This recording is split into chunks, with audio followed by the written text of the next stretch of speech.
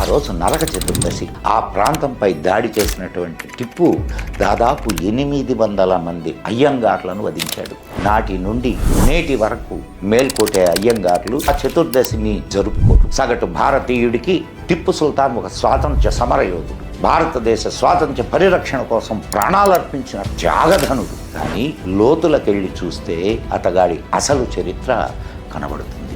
నిజం నిప్పు లాంటిది, ఏనాటికైనా అది బయటకు రాక తప్పదు. శ్రీరంగపట్టణంలోని ప్రముఖ దేవాలయాలు భద్రంగా ఉండడానికి టిప్పు పర్వత సహనమే రుజువు అంటూ వాదించారు. హిందువుల మద్దతు లేనిదే తాను తిరిగి పూర్వ వైభవాన్ని పొందలేను అన్న సత్యాన్ని గుర్తించి 1-2 దేవాలయాలకు దానాలు చేశాడు. పాలకులు చేతులెత్తేగానే అందరినీ మతం మార్చడమే ధ్యేయంగా పురుషులను హత్య చేయడం, స్త్రీలపై అత్యాచారం చేయడం, వారి కూతుర్లను తమతో తీసుకెళ్లిపోవడం జరిగిన ఘోరాలకు ఉదంతాలు. ఒక్కసారి చరిత్రలోని సత్యాలను అవలోకించుకొని ఆలోచించుకుందాం. నమస్తే, సదా వత్సలే మాతృభూమే. నమస్కారం మిత్రులారా, నేను మీ మదన్ గుప్తా. మిత్రులారా, ఈరోజు మనం ఒక గొప్ప దేశభక్తుడుగా చిత్రీకరించి వండి వార్చిన చరిత్రలోని మరో సుల్తాన్ గురించి నిజాలు తెలుసుకుందాం. తుష్టీకరణ రాజకీయాలు మనకు స్వాతంత్ర్యానికి పూర్వమే ప్రారంభమయ్యాయి. కామన్ ఎరా 1921వ సంవత్సరం వీటికి ప్రారంభ కాలం. ఖిలాఫత్ ఉద్యమ కాలంలో పూర్తి స్థాయితో మొదలైన ఈ బుజ్జగింపు రాజకీయాలు నాటి నుండి నేటి వరకు అవిచ్ఛిన్నంగా కొనసాగుతూనే ఉన్నాయి. ఇవి 2 రకాలు. నేరుగా రాజకీయపరమైనవి, ఓట్ల కోసం మైనారిటీల పేరుతో ముఖ్యంగా ముస్లింలకు అడిగినవి అడగనివి అన్నీ సమకూర్చి నిరంతరం వారిని గారాబం చేస్తూ నెత్తికెక్కించుకోవడం. రెండవది చరిత్ర, సంస్కృతి, సంతుష్టీకరణ. భారతదేశాన్ని పాలించిన ముస్లిం రాజుల్లో అత్యధికులు మతోన్మాదులు, కర్కోటకులు, నరహంతకులు, మారణకాండకు కారకులు, మత మార్పిళ్లే ధ్యేయంగా బ్రతికినటువంటి వారు. అలాంటి వారి చరిత్రను మార్చి భావి తరాలను ఏమార్చటమే ధ్యేయంగా చరిత్ర రచన జరిగింది. దీనిలో ప్రముఖ పాత్ర పోషించిన వారు నాటి ముస్లిం విద్యాశాఖ మంత్రులు, కమ్యూనిస్టులు. చరిత్రను అసత్యాల పుట్టగా నింపేశారు. నరరూప రాక్షసులను మానవతావాదులుగా, రక్త పిపాసులను శాంతి కాముకులుగా చిత్రీకరించారు. దుర్మార్గ పాలనను రామరాజ్యంగా వక్రీకరించారు. అలా వండివార్చిన చరిత్రను పాఠ్యాంశాలుగా పెట్టి పిల్లలకు వాస్తవాలు తెలియకుండా చేశారు. వీటన్నిటికీ మూలం ఓటు బ్యాంకు రాజకీయాలు. కొద్ది సంవత్సరాల క్రితం అప్పటి కర్ణాటక ముఖ్యమంత్రి సిద్ధరామయ్య టిప్పు సుల్తాన్ జయంతిని అధికారికంగా నిర్వహించాలి అని నిర్ణయించినప్పుడు మైసూరు, మలబార్, కొడగు ప్రాంతాల హిందువులు, మంగుళూరు క్రైస్తవులు తీవ్ర నిరసన తెలిపారు. కర్ణాటక ప్రజలు గర్వించదగ్గ చక్రవర్తులు మయూర శర్మ, రెండవ పులకేశి, అమోఘవర్ణుడు, శ్రీకృష్ణదేవరాయలు వంటి వారెందరో ఉన్నారు. అయినా నాటి సిద్ధరామయ్య ప్రభుత్వం వీరిలో ఎవరిని పట్టించుకోకుండా కేవలం టిప్పు సుల్తాన్ జయంతిని మాత్రమే నిర్వహించాలి అనుకోవడంలో ఉద్దేశం మనకు స్పష్టంగా తెలుస్తుంది. రాజకీయ ప్రయోజనాల సాధన కోసం రేపు మరో పాలకుడు ఔరంగజేబు జయంతిని కూడా అధికారికంగా నిర్వహించడానికి పూనుకోడు అని చెప్పలేం. అలాంటి వక్రీకరించి రాయబడ్డ గతంలో సీరియల్గా తీయబడ్డ చరిత్రను జాతీయవాద కళ్ళతో చూద్దాం. ఆ వ్యక్తి ఎవరో కాదు, కర్ణాటక ప్రాంతాన్ని ఏలిన ముస్లిం పాలకుడు టిప్పు సుల్తాన్. సగటు భారతీయుడికి టిప్పు సుల్తాన్ ఒక స్వాతంత్ర్య సమరయోధుడు. బ్రిటిష్ వారిని అడ్డుకుని వారిని తరిమేసి భారతదేశ స్వాతంత్ర్య పరిరక్షణ కోసం ప్రాణాలర్పించిన త్యాగధనుడు, అసమాన ధైర్యశాలి. తన ప్రజల ఉద్ధరణ కోసం కొత్త టెక్నాలజీ దిగుమతితో ఆధునిక భారత నిర్మాణానికి పునాదులు వేసిన దార్శనికుడు.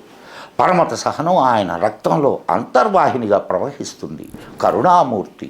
హిందూ దేవాలయాలకు ఇతోధికంగా బంగారు కానుకలు పంపి ప్రజల మనస్సుల్లో చిరిపినా చెరగని స్థానం సుస్థిరం చేసుకున్న మానవతామూర్తి.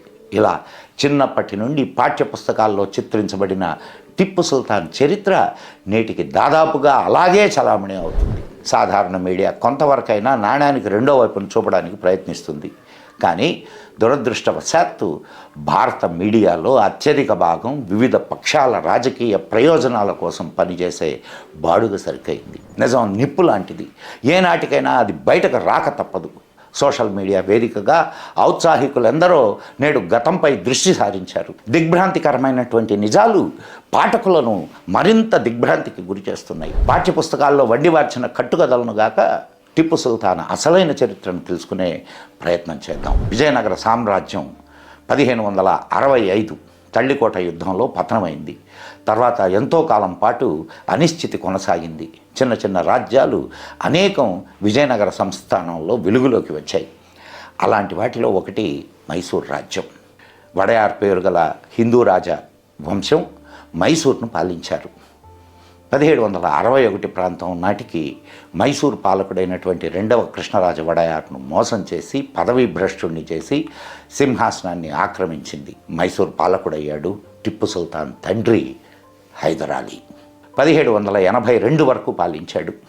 1782లో బ్రిటిష్ వారితో జరిగినటువంటి రెండవ మైసూరు యుద్ధ సమయంలో మరణించాడు. ఈయన కుమారుడైన టిప్పు సుల్తాన్ అసలు పేరు ఫతే అలీ సాహెబ్. స్థానిక ముస్లిం ఫకీర్ టిప్పు మస్తాన్ ఔలియా పేరున ఇతగాడికి టిప్పు సుల్తాన్ అనే పేరు స్థిరమైంది.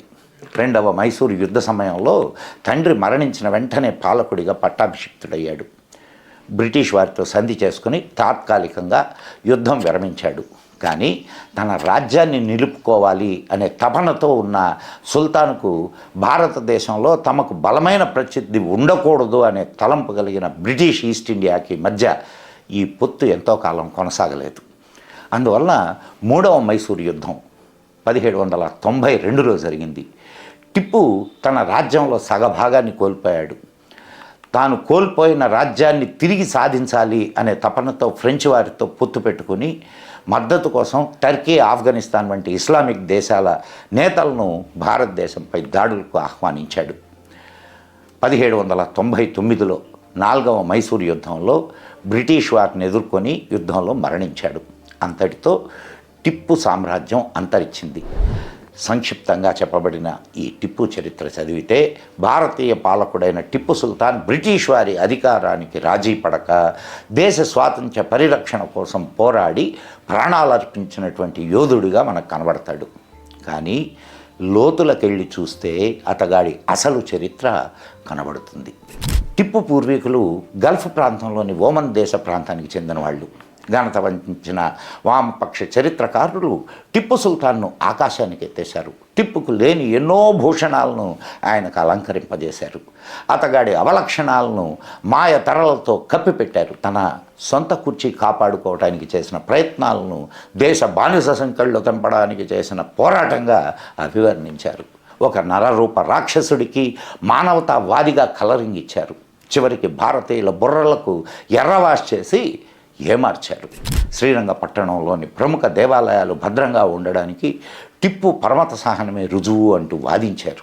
ఎన్నో హిందూ దేవాలయాలకు మాన్యాలు, బంగారు ఆభరణాలు కానుకగా ఇచ్చాడు అని సాక్ష్యం చూపారు. టిప్పు ఆస్థానంలో పూర్ణయ్య అనే హిందూ ప్రముఖ పదవిలో ఉండటాన్ని సాక్ష్యంగా ప్రవేశపెట్టారు. కొద్దిపాటి నిజాలనే ముసుగుతో అసంఖ్యాకమైన ఘాతుకాలను కప్పిపెట్టడంలో వామపక్షీయులు సిద్ధహస్తులు.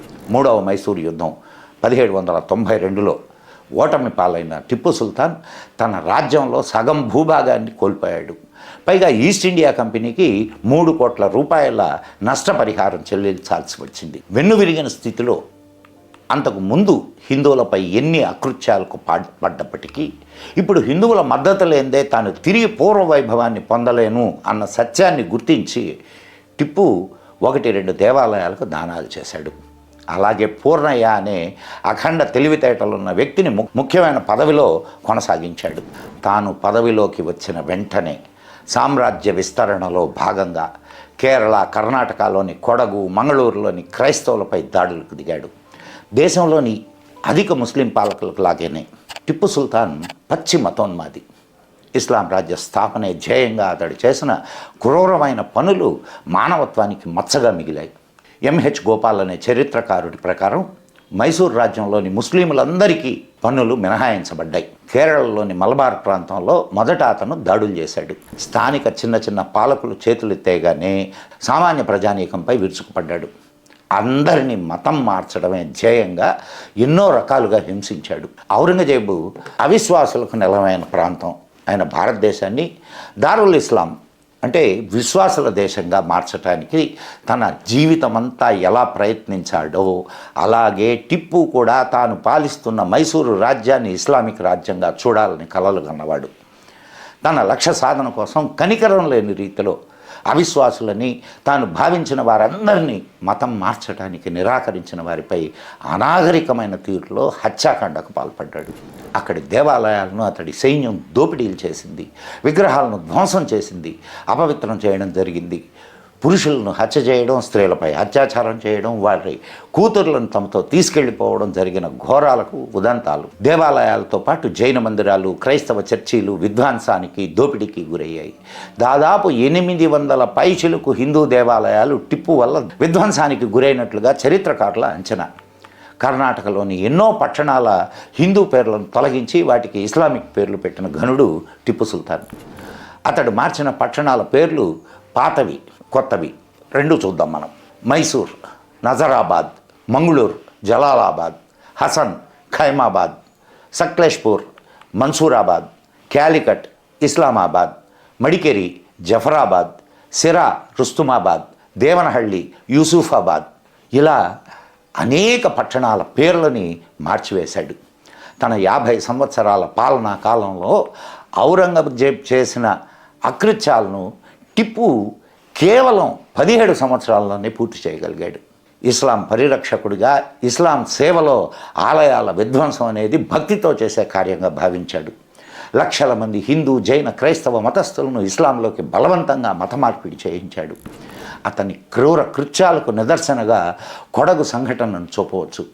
దాదాపు 800 కొడగు కుటుంబాలను కొడగు జిల్లాలోని దేవట్టిపరంబు అనే అటవీ ప్రాంతంలో బహిరంగంగా హతమార్చాడు. కొడగు ప్రజలపై టిప్పు అకృత్యాలు అన్నీ ఇన్ని కావు. ఏనుగుల కాళ్లకు బతికున్న మనుషులను కట్టి వాటిని పరిగెత్తించడంతో నేలపై రక్తమోడుతూ అనేక మంది ప్రాణాలు వదిలారు. 1799లో బ్రిటిష్ వారు టిప్పును హతమార్చినప్పుడు శ్రీరంగపట్టణంలో బంధించబడిన దాదాపు 12,000 కొడగు కుటుంబాలు తప్పించుకుని తిరిగి కుర్గు వెళ్ళిపోయాయి. ఎన్ని వేల మంది కుర్గు ప్రజలు టిప్పు చేతుల్లో మరణించారో ఇదమిద్దంగా తెలియదు. ఇలాంటి పైశాచికానందం పొందిన మనిషిని మానవతావాదిగా పాఠ్యపుస్తకాల్లో చిత్రించడం అంటే చరిత్రపై అత్యాచారం చేయడమే.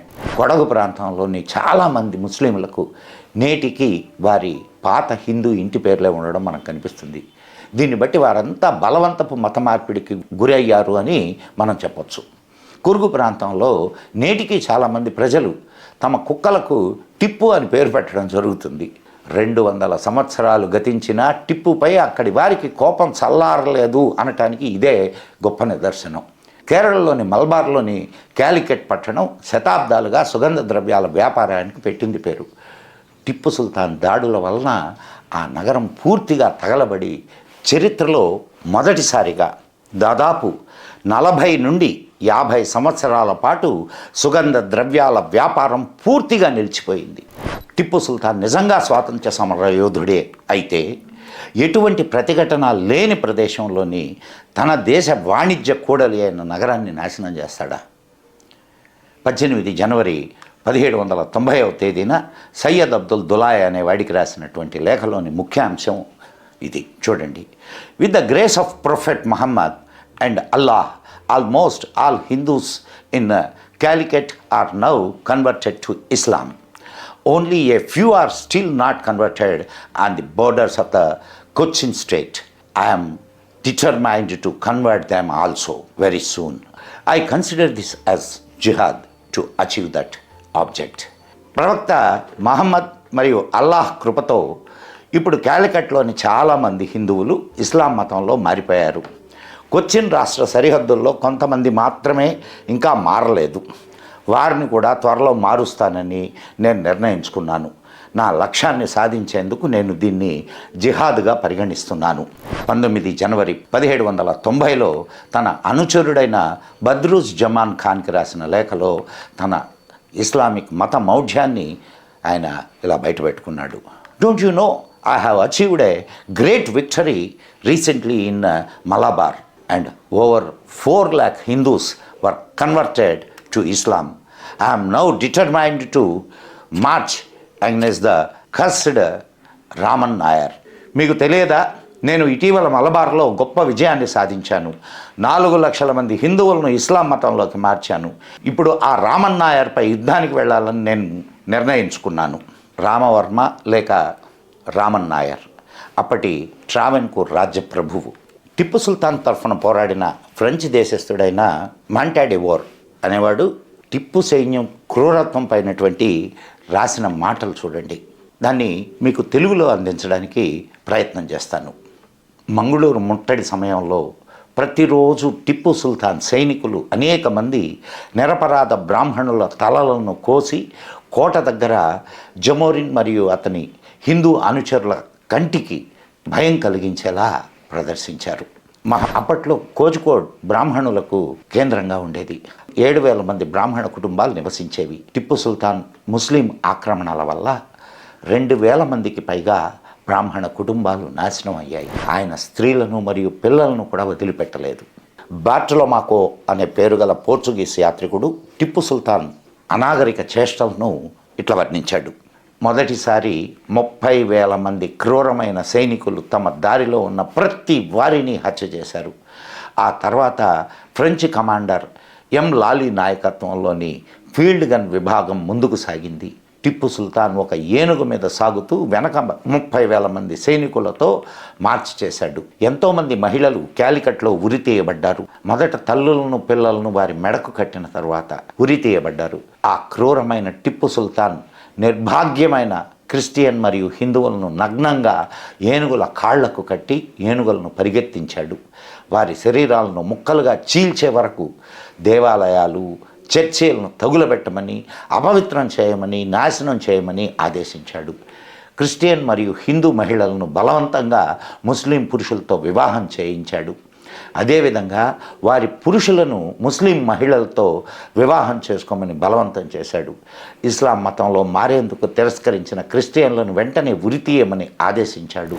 ఉత్తర భారతంలోని మహమ్మద్ గజనీ, అల్లావుద్దీన్ ఖిల్జీ, నాదిర్షాలు అక్కడి హిందువులపై జరిగిన అకృత్యాల కంటే మలబార్ కొడగు హిందువులపై టిప్పు సుల్తాన్ జరిపినటువంటి అకృత్యాలు ఎన్నో రెట్లు అనాగరికంగా ఉన్నాయని లూయిస్ బి బౌరీ అనే ఆంగ్లేయుడు పేర్కొనడం జరిగింది. కర్ణాటకలోని మాండ్య జిల్లాలో గల మేల్కోటే అనే ఊరు ఆలయాల పట్టణం. అది టెంపుల్ టౌన్ అంటారు. అక్కడ ఉండేవారందరూ అయ్యంగార్ బ్రాహ్మణులు. తమిళనాడు దివంగత ముఖ్యమంత్రి జయలలిత కూడా మేల్కోటే అయ్యంగార్ బ్రాహ్మణ వంశస్థురాలే. కొంతమంది మేల్కోటే వాసులు పాత వడయార్ ప్రభు పునరుద్ధానం కోసం పనిచేస్తున్నారు అనే వార్తను నమ్మి ఆ ప్రాంతంపై దాడి చేసినటువంటి టిప్పు దాదాపు 800 మంది అయ్యంగార్లను వధించాడు. అనేక మంది అయ్యంగార్లను జైలు పాలు చేశాడు. ఆ రోజు నరక చతుర్దశి, దీపావళికి ముందు రోజు. నాటి నుండి నేటి వరకు మేల్కోటే అయ్యంగార్లు నాటి వధ కారణంగా చతుర్దశిని జరుపుకోరు. మంగళూరు ప్రాంతం నుండి క్రైస్తవులను బంధించి తన రాజధాని అయిన శ్రీరంగపట్టణానికి తరలించి వారిని బానిసలుగా మార్చారు. వారి యావత్తు ఆస్తిని స్వాధీనం చేసుకున్నాడు. దివాన్ పూర్ణయ్య మినహా యావత్తు హిందువులందరినీ తన ఆస్థానంలోని ఉద్యోగాల నుండి తొలగించి వారి స్థానంలో పూర్తిగా ముస్లింలను నియమించడం జరిగింది. కామనెర 1799లో అతను మరణించే నాటికి అతని విశాలమైన రాజ్యంలో కేవలం 2 దేవాలయాల్లో మాత్రమే నిత్య పూజలు జరుగుతూ ఉండేవి. ఆ రెండింటిని కూడా అతను వదిలివేయడానికి కారణం జ్యోతిష్యంలో అతనికి ఉన్న నమ్మకం మాత్రమే. దేవాలయాల విధ్వంస చరిత్ర తెలిసి అప్పట్లో కేరళలోని ప్రఖ్యాతమైన గురువాయూర్ శ్రీకృష్ణ దేవాలయంలోని మూల విరాట్ విగ్రహానికి ముందు జాగ్రత్తగా ఆ విగ్రహాన్ని తిరువాన్కూర్కు 200 కిలోమీటర్లకు దూరంగా ఉన్న అంబళపూజకు తరలించడం జరిగింది. దాదాపు 4 లక్షల మంది హిందువులను ఇస్లాంలోకి మార్చానని సగర్వంగా చెప్పుకున్న టిప్పు సుల్తాన్ స్వాతంత్ర్య సమరయోధుడా, ముస్లిం మతోన్మాద. వాస్తవానికి రాజ్యాన్ని కాపాడుకోవడం, ఇస్లామీకరణ అనేవి రెండే టిప్పు సుల్తాన్ లక్ష్యాలు. టిప్పుకు మైసూర్ టైగర్ అనే బిరుదు కూడా తగిలించారు. టిప్పు సుల్తాన్కు ర్యాకెట్ టెక్నాలజీ పితామహుడిగా కొత్త కలరింగ్ ఇచ్చారు. వాస్తవానికి ఫ్రెంచ్ వారితో జరిగిన ఒప్పందంలో భాగంగా వారు పలు ఆయుధాలు సరఫరా చేశారు. వాటిలో కొన్ని రాకెట్ లాంచర్లు ఉన్నాయి. వాటిని చూసి ప్రపంచానికి రాకెట్ టెక్నాలజీని అందించిన తొలి శాస్త్రవేత్తగా చిత్రీకరించడం అనేది మన వాళ్ళు చేసినటువంటి గొప్ప మార్పు. పాకిస్తాన్ తాను తయారు చేసిన అనేక క్షిపణుల్లో ఒకదానికి టిప్పు అనే పేరు పెట్టడం జరిగింది. అందుకు కారణం ఊహించలేనిదేమీ కాదు. గజనీ, గోరీ, అబ్దాలీ, బాబర్ వంటి పేర్లు వారు క్షిపణులకు పెట్టారు. అలాంటి పాలకుల సరసన టిప్పు పేరు చేర్చారు అంటేనే టిప్పు ఒక ఇస్లామిక్ మత వ్యాపకుడు అని వారు చెప్పగా మనకు చెప్పారు. వక్రీకరణ చిత్రకారులు టిప్పుకు కన్నడ భాషా ఉద్ధారకుడు అనే ఆభరణాన్ని కూడా అలంకరింపజేశారు. నిజానికి కన్నడ భాషా ప్రాంతమైన మైసూరు రాజ్యంలో కన్నడ స్థానంలో పార్సీ భాషను అధికార భాషగా నిర్ణయించిన వాడు టిప్పు. నాడు ప్రధాన ఆదాయ వనరులైన భూమి శిస్తు రికార్డులన్నీ పార్సీ భాషలోకి తర్జుమా చేయించాడు. ఆ భాషలోనే నిర్వహించేలా ఆదేశాలు ఇచ్చాడు. అందుకే నేటికి మైసూర్ ప్రాంతంలో రెవెన్యూ రికార్డుల్లో పార్సీ పదాలు ఎన్నో కనపడతాయి. ఇలాంటి మతమౌఢ్యుణ్ణి సర్వమత సమోద్ధారకుడు అందామా? సహనశీలి, స్వాతంత్ర సమరయోధుడు అని కీర్తిద్దామా? చరిత్ర పుటలను ఆయన పేరిట ఉన్న కల్పిత వీరోచిత గాథలతో నింపేద్దామా? ఆ రక్త పిపాసి జన్మదినోత్సవ వేడుకలు జరుపుకుందామా? వేలాది మంది మానవత్తుల ప్రాణాలను హరించిన ఆ నరరూప రాక్షసుడికి విగ్రహాలు పెడదామా? దండాలు పెడదామా? ఒక్కసారి చరిత్రలోని సత్యాలను అవలోకించుకొని ఆలోచించుకుందాం. మిత్రులారా, మరో చరిత్ర చెరిపిన మరో అంశంతో మీ ముందుంటాను. అప్పటి వరకు సెలవా మరి. ఈ వీడియో మీకు నచ్చినట్లయితే వెంటనే మదన్ గుప్తా ఛానల్ను సబ్స్క్రైబ్ చేయండి. చేసుకోకపోతే బెల్ ఐకాన్ నొక్కండి, లైక్ చేయండి, షేర్ చేయండి. మీ అభిప్రాయాలను కామెంట్ బాక్స్లో మాతో పంచుకోండి. మీ మిత్రులకు కూడా మదన్ గుప్తా ఛానల్ను పరిచయం చేయండి. జై హింద్, జై మా భారతి. నమస్కారం మిత్రులారా, మీ మదన్ గుప్తా.